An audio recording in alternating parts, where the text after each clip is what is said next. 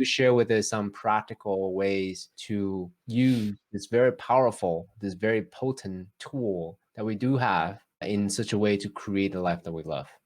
Yeah. The practical way, let's just start right now. Just take a moment to imagine yourself in any given situation, say, where you are experiencing a sense of conflict with someone, with another person. Now, on the one hand, you have what you want to communicate that is true for you. And it is important to understand and to appreciate the fact that we are separate beings, that we are not merged into that we are not merged into the same being. You and your spouse, you and your partner at work, whatever, you're clearly not the same being. However, there's a degree to which you are sharing in the same energy.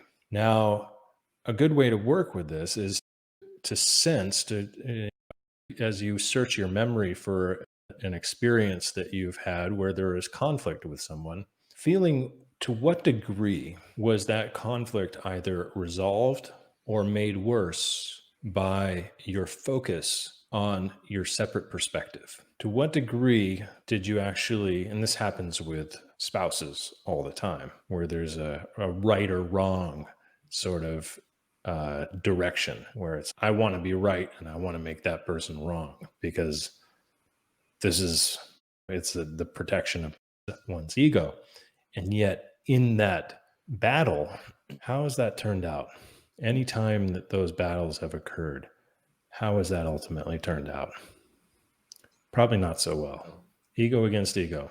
Mm-hmm. So rather than seeking understanding, the reactive mind says, I am seeking to be understood. That's what the reactive mind says. And I am seeking to have the person who is listening to me understand me in a way in which it will shut them up so that they won't share their perspective with me, and they'll agree that I was right, and then I will have won this conflict, and then we can move on. The child in us operates from that place frequently.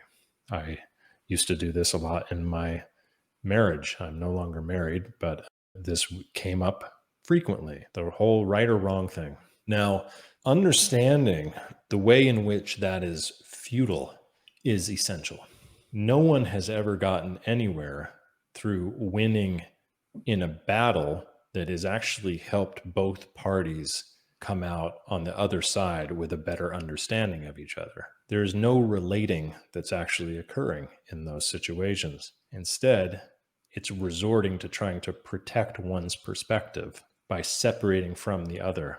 Now, on the one hand, it is important to understand that we have boundaries and to be able to separate from the other. But the question then becomes, where are we coming from? Are we coming from trying to be more right than the other person? Or are we coming from truly trying to have an understanding and relate to the other person in a way where you let go of your agenda to be right and ultimately work on focusing on both people winning?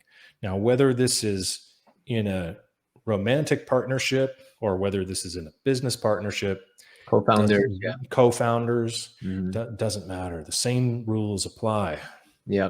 Question is, this is where the rubber meets the road with mindfulness and emotional intelligence. And we can easily let our egos get in the way of our own best interest and feel as though we have to protect our rightness. Yeah. And never actually come to a proper understanding of what's going on, and then create ultimately dissonance in the relationship that can sometimes never heal. Yeah. Whether it's a romantic partnership, whether it's co-founders or whatever, you may, even in that conversation, that one conversation of trying to be right, trying to win over the other person, you may create dissonance that takes days, weeks, months, years, or forever to actually heal. Yeah. Whereas if you just take a moment to check in with yourself and really sense, am I truly present with this person? Or am I trying to be smarter than them or be more right than them? If I truly check in, am I truly going for a win-win? That's you're saving yourself so much time, so much energy, potentially money. There are so many things that you're at risk of losing in those types of conflicts just because the ego tried to take over and win the argument.